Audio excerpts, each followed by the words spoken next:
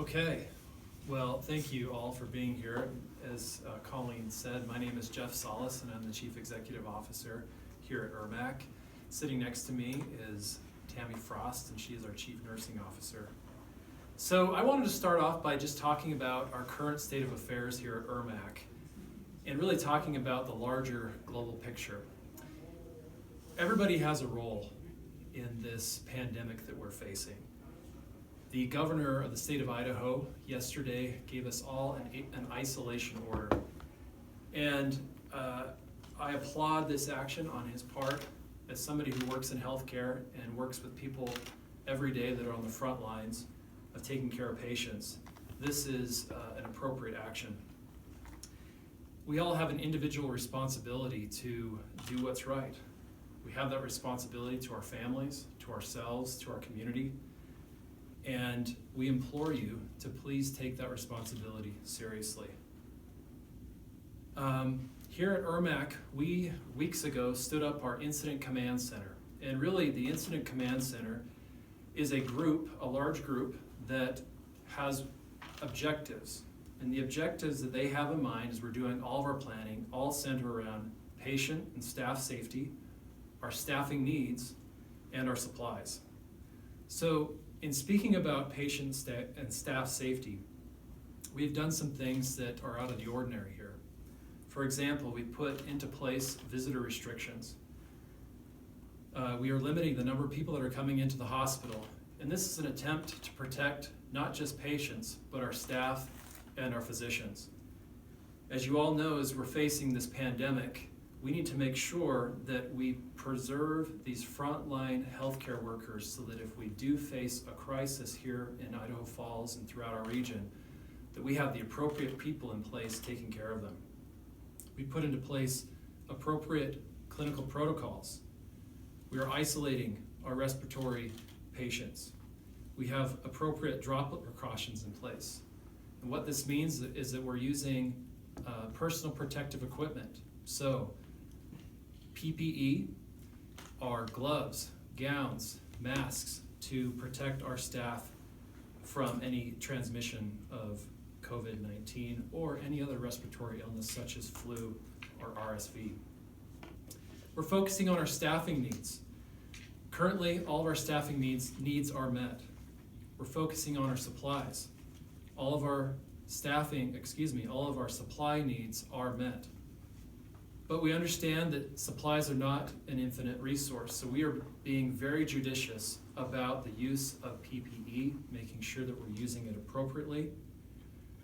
At EIRMC, we have stopped outpatient testing of any potential COVID-19 patients. And what this means is that as a patient presents at our emergency department or our emergency room, if they are complaining of respiratory symptoms, we are treating the patient appropriately. Of course, if they need hospitalization, then we are hospitalizing. But if they don't need to be hospitalized, then we are sending them home. And the reality is, the treatment is the same, whether you have COVID-19 positively identified or not. The order from the physician is to go home, self-isolate, and take care of yourself. Now, as we look at the future, we are planning. EIRMC is a complex regional tertiary referral center. We believe it is our obligation to prepare for the worst case scenario. We have a surge plan that is well thought out and already in place, not because we're seeing surge volume, but because we feel it's appropriate to begin practicing what ultimately might have to go into place. We have triggers that will enable us to escalate staffing and potentially reallocate personnel into areas of the hospital that may be needed. As always, patient and staff safety is our priority. So we are considering not just a surge in ER volume, but a surge in critical care volume or ICU volume.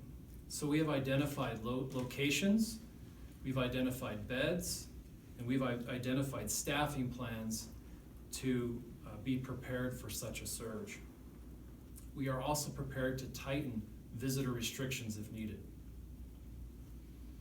Right now, we also have in place as part of our surge plan a staffing labor pool.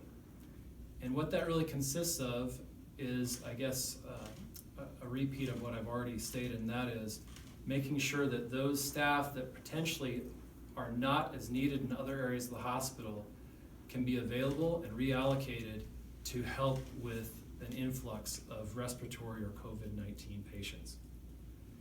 We are focusing on our supplies, and we are reinforcing good management of those supplies so that we can preserve those supplies when we absolutely need them.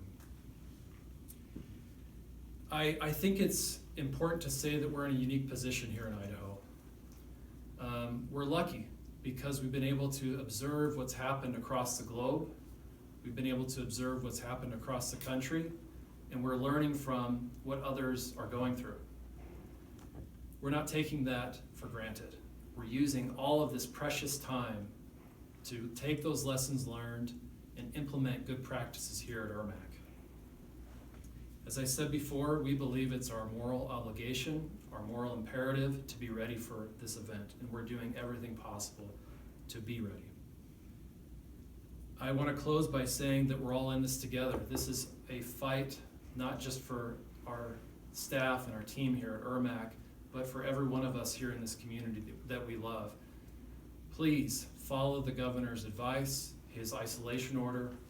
Do what he says. It will help not just you as an individual, but it will help our healthcare workers here that are on the front lines of this battle. Thank you. Now go ahead and open up for questions for Tami or Jeff. Just some people don't think COVID-19 is anything to worry about at all.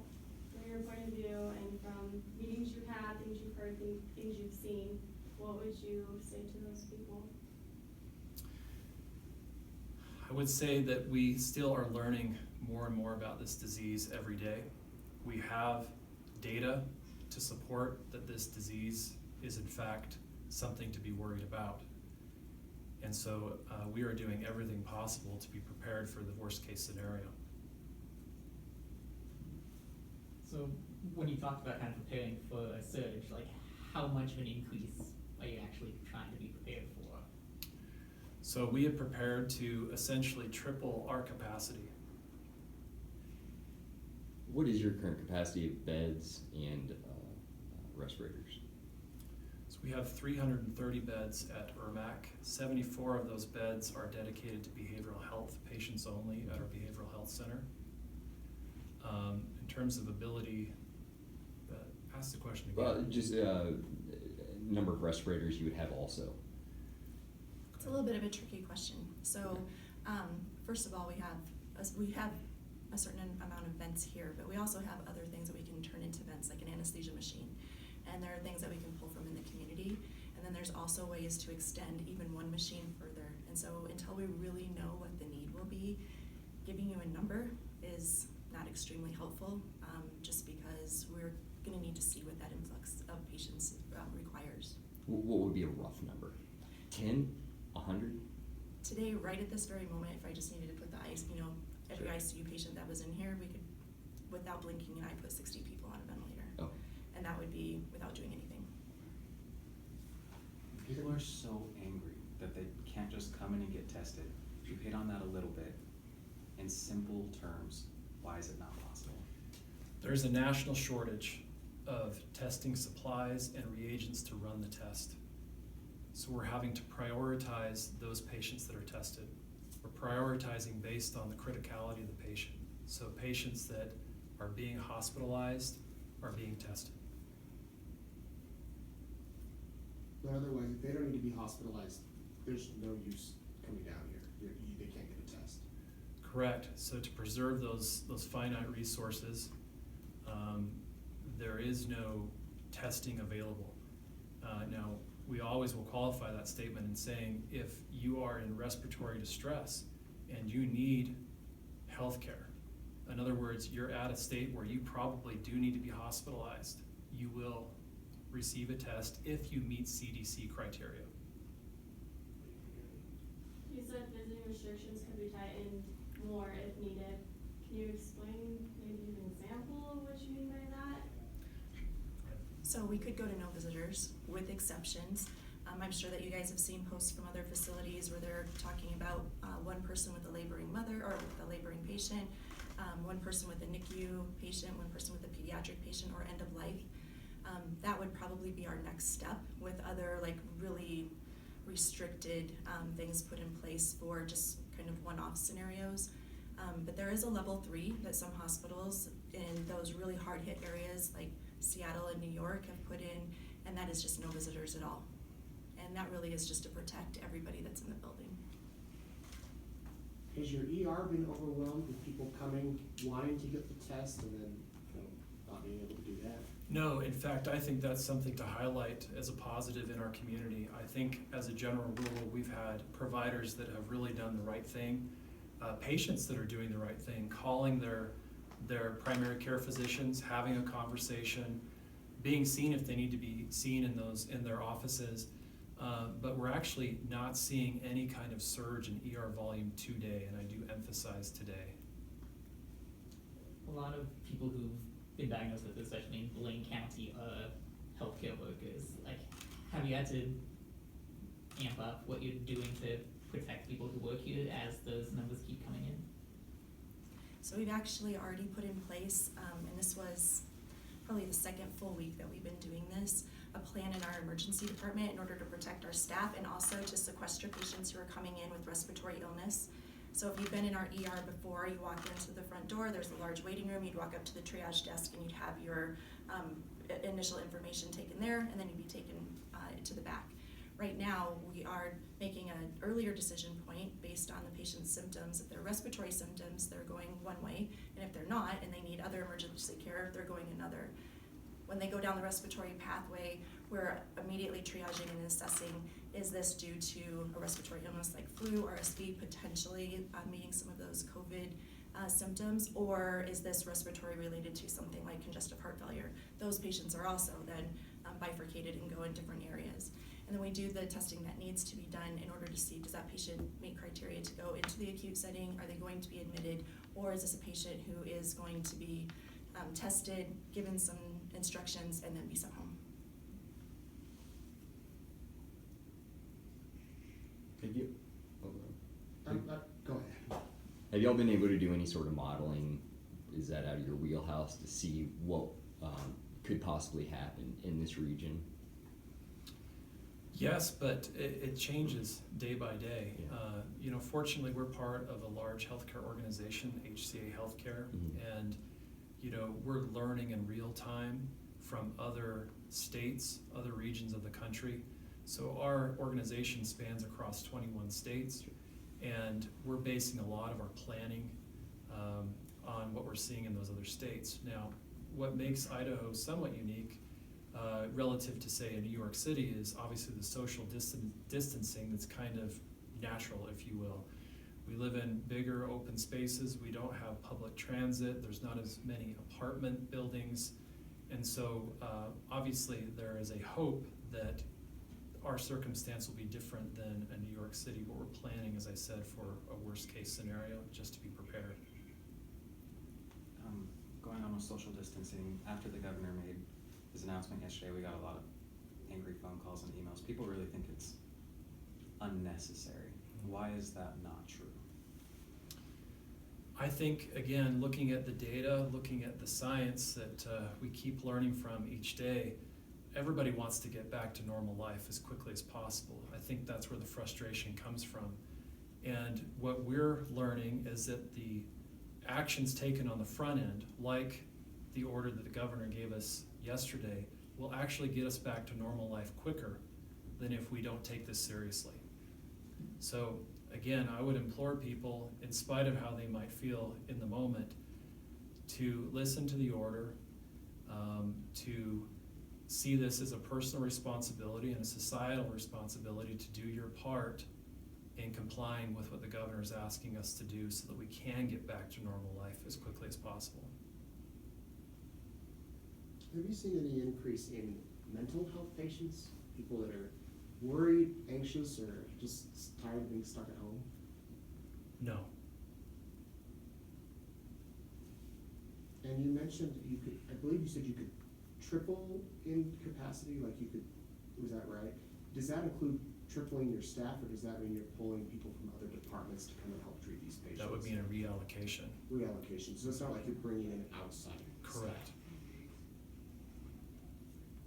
CEI mentioned their nursing program over there, if they had abilities to help you guys out, is that still a possibility? Yes, the Board of Nursing actually gave some guidance on how we would be able to use nursing students in that way, and they would be appropriately used if necessary. And the facility at CEI? I think- Yes, because we do have that capability as well. After we were looking at inside our own facility, if that was necessary. Is it concerning at all that a lot of people could have this virus, but they won't know because they can't come and get the test, and they could then be affecting elderly people or people in the vulnerable population, and that could lead to a surge? Yes, it is a concern, and it goes back to why the governor has put this isolation order in place.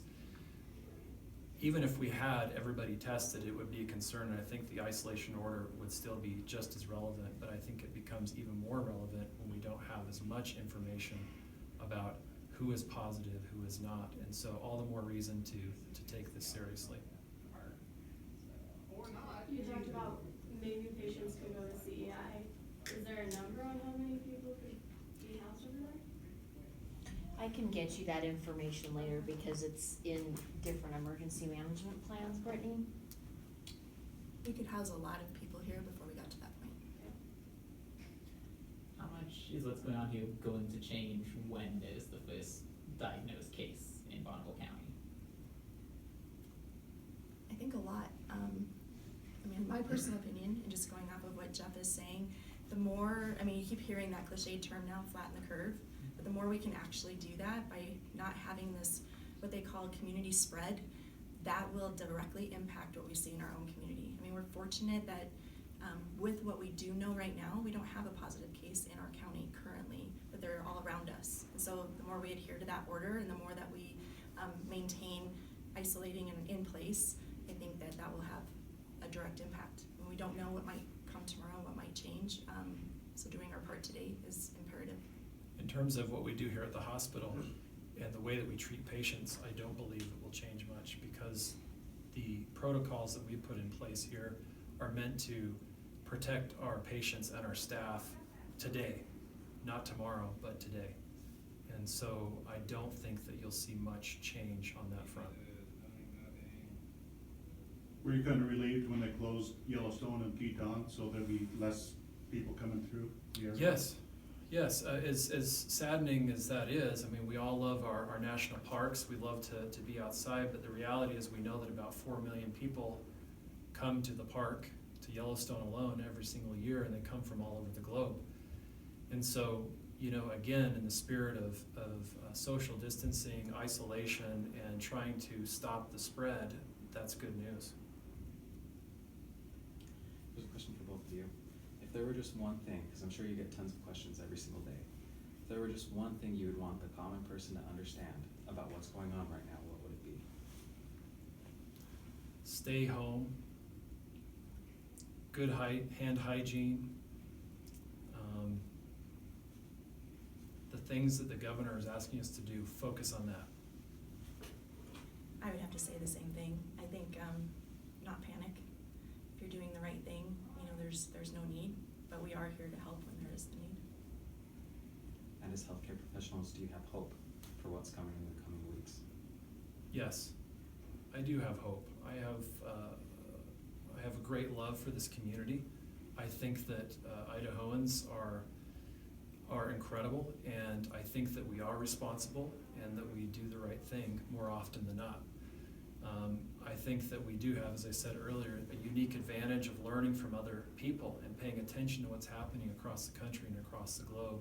So I have hope that we'll pay attention to that, learn from those lessons, and flatten that curve even more. Do you think we should have started this earlier in response to this? Or? You know, tough to say. I think that what we're doing right now is the right thing. Only time will tell. What do you say to people who try to blow this off and say, X number of people die from the flu every year. This is nothing, when obviously there's a disparity in the rate of death with this compared to the I would flu. say it's a new virus that we're learning more and more about every single day, and nobody has a complete understanding of what this means, and what kind of impact ultimately will have on the world. And so without knowing, I think it would be imprudent not to take it seriously.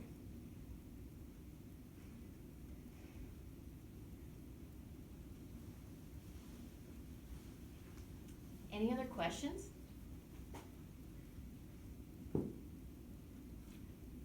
Okay, going once? Thank you guys, Thanks.